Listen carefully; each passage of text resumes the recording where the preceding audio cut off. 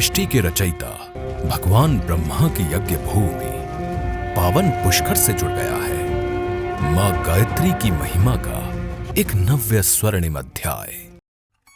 आस्था और तप की इस पावन भूमि पर शत गायत्री पुरस्चरण महायज्ञ से पुनः जागृत हुई है सनातन की दिव्य ऊर्जा।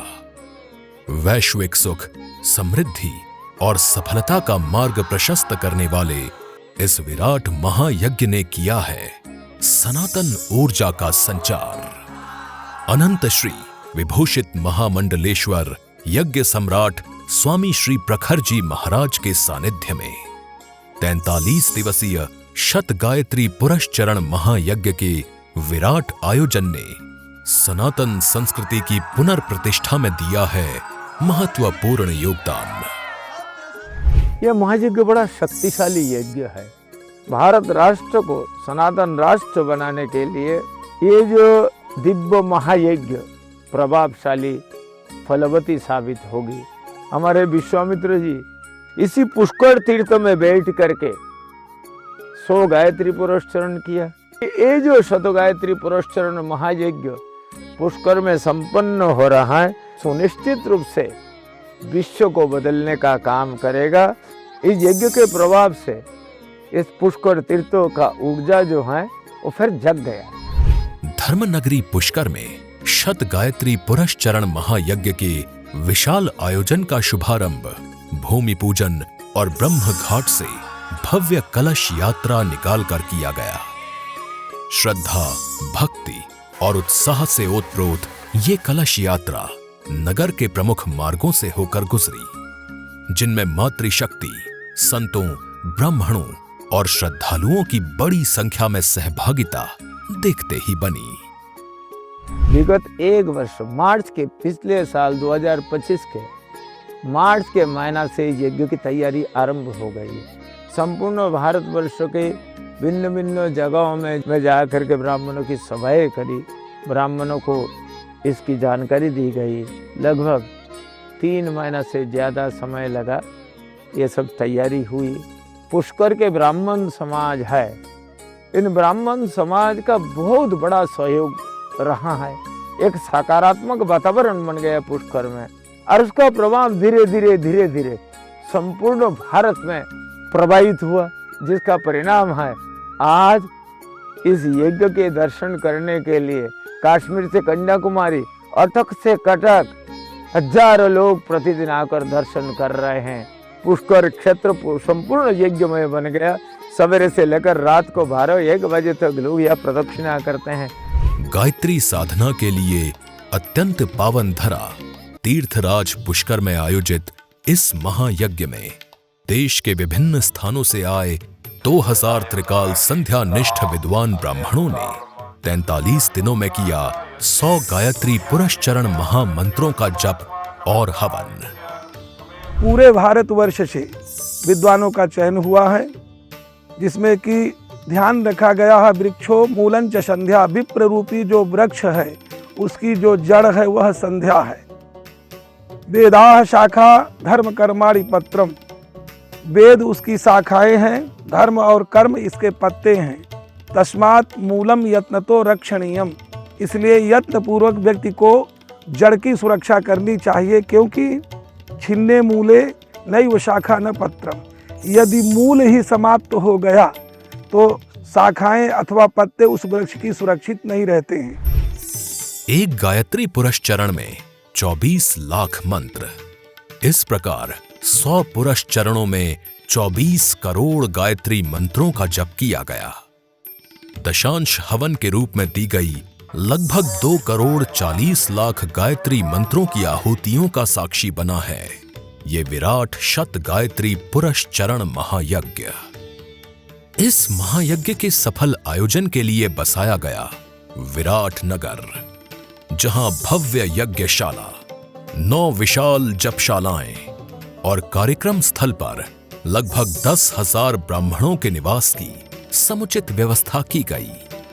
महायज्ञ की अनेक खूबियों में विशेष रही ब्राह्मणों, यजमानों, अतिथियों, कार्यकर्ताओं, श्रद्धालुओं सहित सभी आगंतुकों के लिए की गई उत्कृष्ट भोजनशालाओं की व्यवस्था।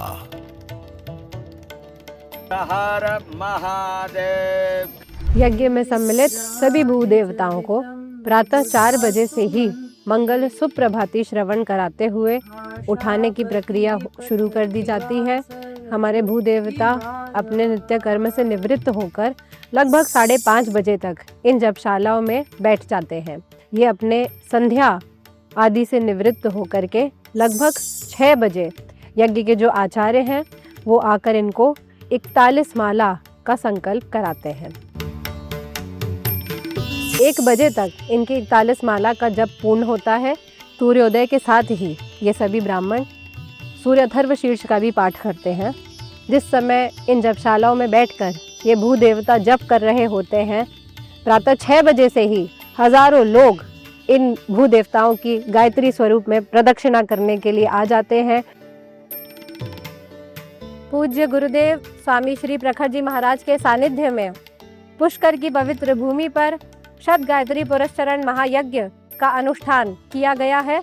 हमारे पीछे आप ये यज्ञशाला देख रहे हैं। ब्राह्मण यजमान इस यज्ञ मंडप में लगभग प्रातः 6:30 बजे प्रवेश करने के साथ ही यह प्रातः काल की संध्या पूर्ण करते हैं। उसके बाद इस यज्ञ मंडप में चतुर्वेद पारायण आरंभ हो जाता है और मंगल ध्वनि पूरे परिसर में गूंज उठती है।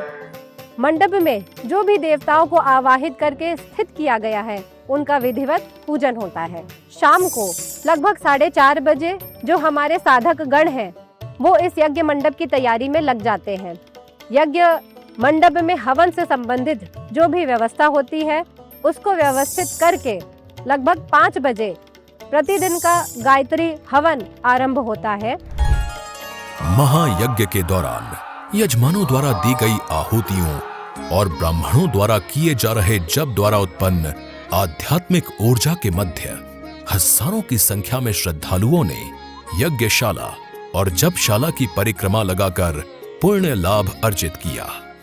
हवनीय सामग्री जो ली जाती है इनमें दिव्य औषधियां, गुग्गुल है, जटामासी है, कपूर काचरी है, सुगंध बाला है, कमलगट्टा है इत्यादि हवनीय जो मुख्य पदार्थ औषधियां बताई गई हैं उनका प्रयोजन हम हवन सामग्री में करते हैं। जितना तिल लिया जाता है उसका आधा चावल लेते हैं, चावल का आधा जौ लेते हैं, जौ का आधा शर्करा भूरा लेते हैं और उसका आधा घृत लेते हैं और उस हवन सामग्री के द्वारा जो आहुति भगवती को अग्नि भगवान के द्वारा पहुंचाई जाती है उससे जो धुआं उठता है उससे हमारा पर्यावरण अत्यंत शुद्ध हो जाता है। तीर्थराज पुष्कर के पुरोहितों द्वारा संध्या काल में प्रतिदिन होने वाली महा आरती में हजारों श्रद्धालुओं की आस्था देखते ही बनी।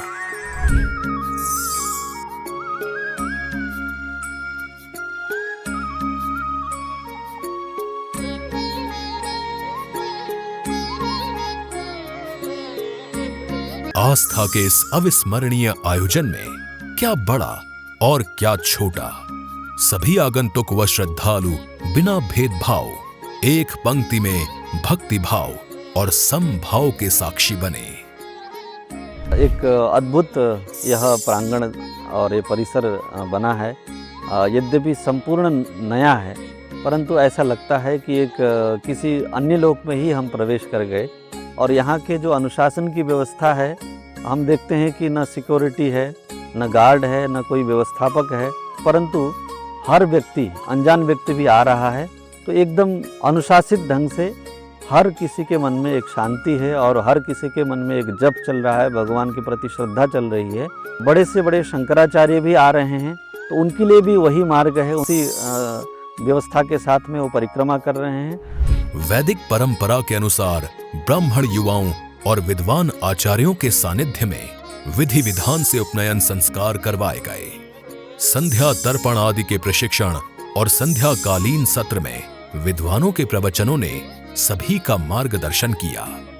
इस यज्ञ का जो मूल उद्देश्य है वो यही है कि हम अपना मन बदले, मानव होकर के मानवीयता जाने, इंसान होकर के इंसानियत जाने। तो विपर फाउंडेशन के 570 से ज़्यादा लोगों ने इस आयोजन में अपनी आहुति दी है और मैं ये एक बड़े गर्व और फख्र से कह सकता हूँ कि ये सनातन धर्म के लिए जो ये विशाल अनुष्ठान हो रहा है, उस अनुष्ठान में विप्र फाउंडेशन की जो सहभागिता रही, न केवल तन से सहभागिता रही बल्कि कार्यकर्ताओं ने बढ़ चढ़ के सहयोग किया भी, सहयोग कराया भी। महायज्ञ के दिव्य एवं विराट आयोजन के दौरान जगत गुरुओं, आचार्यों, महामंडलेश्वरों, संत महात्माओं एवं राष्ट्र प्रसिद्ध विद्वानों के पावन आगमन से संपूर्ण वातावरण निरंतर उल्लास, श्रद्धा और आध्यात्मिक ऊर्जा से आलोकित होता रहा। सतगायत्री पुरस्चरण यज्ञ में कर्मनिष्ठ ब्राह्मणों को महाराज जी ने ढूंढ करके यहाँ बुलाया है और पूरी तपस्या करते हुए गायत्री जप कर रहे हैं। भारत अपने पुराने गौरव को प्राप्त करेगा। महाराज जी ने काशी के और अन्य भारत के विद्वानों के साथ मिल करके पूरा परामर्श करके पूर्ण शास्त्रीय विधान से इस महायज्ञ का संचालन करवा रहे हैं। ये कार्यक्रम सनातन की मजबूती के लिए, हमारे पुष्कर के लिए, हमारे राजस्थान के लिए पुण्य का कार्य हो रहा है और इसमें आने वाली हमारी युवा पीढ़ी है उसको सनातन संस्कृति का आभास भी इसमें होगा। हमारा सनातन मजबूत होगा तो हम सभी मजबूत होंगे। हजारों वर्षों के पश्चात राजस्थान के पुष्कर में इस अद्भुत, अद्वितीय और अविस्मरणीय शत गायत्री पुरस्चरण महायज्ञ की साक्षी बनी है प्रकृति और सनातन संस्कृति।